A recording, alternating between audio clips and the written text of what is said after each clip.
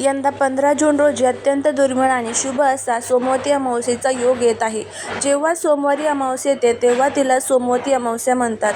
आपल्या हिंदू धर्मात या दिवसाला विशेष महत्त्व आहे, कारण हा दिवस पितृदोष निवारण, कालसर्पदोष मुक्ती आणि सुख समृद्धी मिळवण्यासाठी सर्वोत्तम मानला जातो. बऱ्याच लोकांना प्रश्न पडतो की या दिवशी उपवास करणे बंधनकारक आहे का?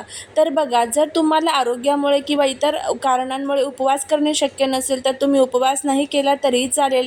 काही अशा गोष्टी आहेत ज्या या दिवशी आवर्जून केल्या पाहिजेत, ज्याने तुमच्या आयुष्यातील सर्व दुःख आणि गरिबी दूर होऊ शकते.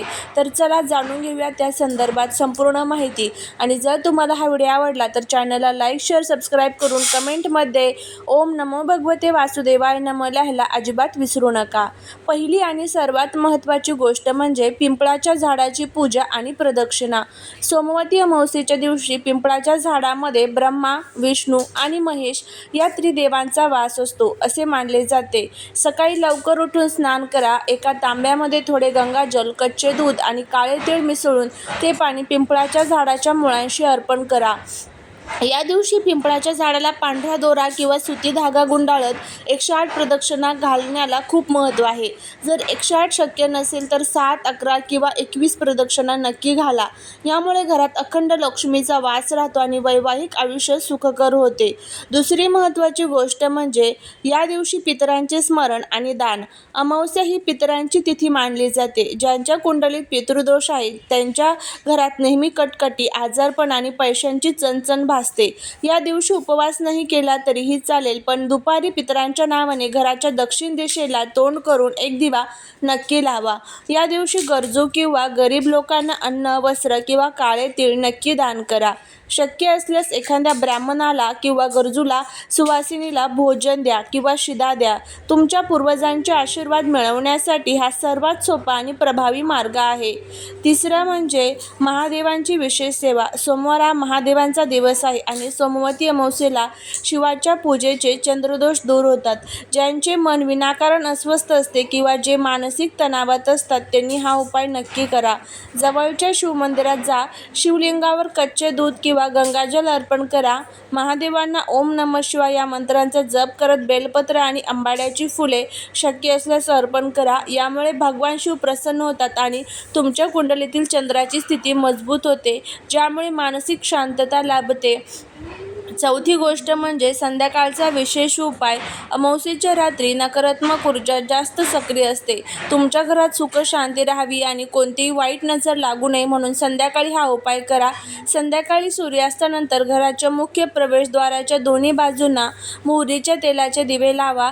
तसेच घराच्या ईशान्य कोपऱ्यात गाईच्या तुपाचा एक दिवा लावा, ज्यामध्ये थोडी हळद किंवा केसर टाका. यामुळे घरामध्ये धन आकर्षित होते आणि गरिबी दूर होते. अमावस्या ही प्रामुख्याने पितृतिथी मानली जाते. असे मानले जाते की या दिवशी आपले पूर्वज पृथ्वी लोकाच्या सर्वात जवळ येतात. म्हणूनच पितरांच्या आत्म्याला शांती मिळवण्यासाठी आणि त्यांचे आशीर्वाद घेण्यासाठी या दिवशी श्राद्ध, तर्पण आणि दानधर्म केले जातात. कुंडलीतील पितृदोष, कालसर्पदोष आणि शनिदोष दूर करण्यासाठी अमावस्येचे उपाय अत्यंत प्रभावी असतात. सोमवारी येणाऱ्या अमावस्येला सोमवती अमावस्या म्हणतात. विवाहित महिला आपल्या पतीच्या दीर्घायुष्यासाठी आणि सुख समृद्धीसाठी या दिवशी पिंपळाच्या झाडाची विशेष पूजा करत असतात आणि त्याचमुळे आपल्या घरामध्ये सुख, शांती, समृद्धी जी आहे तर ती टिकून राहत असते. सोमवार आणि अमावस्या असा काळ आहे जो आपल्या मनाला, घराला आणि आरोग्याला एक नवी ऊर्जा देत असतो. बऱ्याचदा काही कारणांमुळे आपल्याला उपवास करणे जमत नाही, पण शास्त्रात सांगितले आहे की जर तुम्हाला उपवास करणे शक्य नसेल तर या दिवशी तुम्ही काही सात्विक पदार्थ बनवून त्याचा नैवेद्य देवांना आणि पितरांना भोग लावून तो खाल्ला तरी उपवासापेक्षा मोठे पुण्य मिळते. आजच्या व्हिडिओमध्ये आपण अशा खास 3 पदार्थांबद्दल जाणून घेणार आहोत जे या सोमवती अमावस्येला तुम्ही तुमच्या घरात नक्की बनवले पाहिजेत. यामध्ये मुख्य घटक आहे तांदूळ. पण हे पदार्थ का बनवावे, ते खाल्ल्यामुळे आपल्या आयुष्यात काय बदल होतात हे आपण आधी जाणून घेणार आहोत. व्हिडिओ जर आवडला तर चॅनलला लाईक, शेअर, सबस्क्राईब करा. बघा, सर्वात आधी समजून घेऊया अमावस्येच्या दिवशी विशिष्ट पदार्थ बनवण्यामागे कारण काय आहे. बघा, ज्योतिषशास्त्रानुसार तांदळाचा संबंध चंद्रग्रहाशी आहे. सोमवार आणि अमावस्या या दोन्ही गोष्टी चंद्राशी जोडलेल्या आहेत. अमावस्येला चंद्राचा प्रकाश नसतो, ज्यामुळे अनेक लोकांचे मन विनाकारण अस्वस्थ होते, घरात नकारात्मकता जाणवते. जेव्हा आपण या दिवशी तांदळाचे सात्विक पदार्थ बनवतो तेव्हा कुंडलीतील चंद्र मजबूत होतो आणि मानसिक शांतता लाभते. अमावस्या ही आपल्या पूर्वजांची तिथी आहे. पितरांना पांढऱ्या रंगाच्या वस्तू आणि तांदळापासून बनवलेले अन्न अत्यंत प्रिय असते. या दिवशी घरात हे पदार्थ शिजवल्याने त्याचा सुगंध पितरांपर्यंत पोहोचतो आणि ते तृप्त होतात. अमावस्येच्या काळोख्या रात्री घरात तांदूळ आणि दुधाचे पदार्थ शिजवणे म्हणजे घरात समृद्धीला आमंत्रण देणे होय. याने घरातील दारिद्र्य दूर होते. पाहूया, हे पदार्थ आधी बनवून कुटुंबासोबत खाल्ल्यामुळे काय चमत्कारिक फायदे होतात. ह्यामुळे घरामध्ये कटकटी, वास्तुदोष जे आहेत तर ते संपून जातात. पितृदोषापासून मुक्ती मिळते आणि सुख समृद्धी प्राप्त होते. त्याचबरोबर आरोग्य आणि मनशांती लाभते. अमावस्येच्या दिवशी आपले पचनतंत्र थोडे संस्त असते. हे पदार्थ अत्यंत पाचक, सात्विक आणि ऊर्जा देणारे असतात. यामुळे उपवास न करताही शरीराला शुद्ध राहण्यास मदत होत असते. तर चला आता जाणून घेऊया हे 3 खास पदार्थ कोणते आहे. त्यातला पहिला आणि सर्वात मुख्य पदार्थ म्हणजे तांदळाची मलाईदार खीर. का बनवायची, तर तांदूळ हा चंद्राचा कारक आहे, दूध हे महादेवांचे प्रतीक आहे आणि साखर, गूळ हा मंगळ आणि सूर्याशी जोडलेला आहे.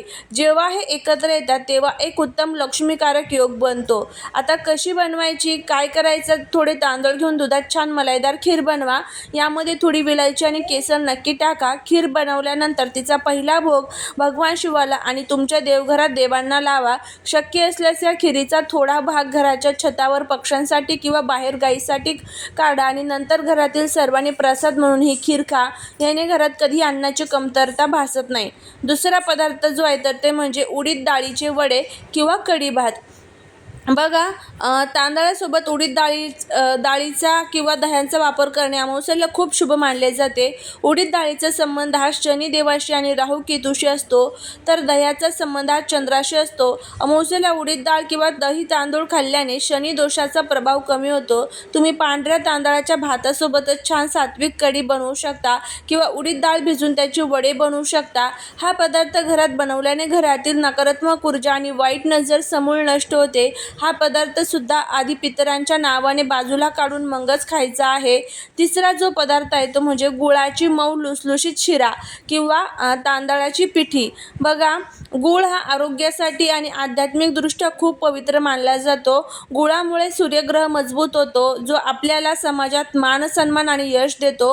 तांदूळ आणि गुळाचा हा संगम घरात सुख आणि गोडवा आणतो.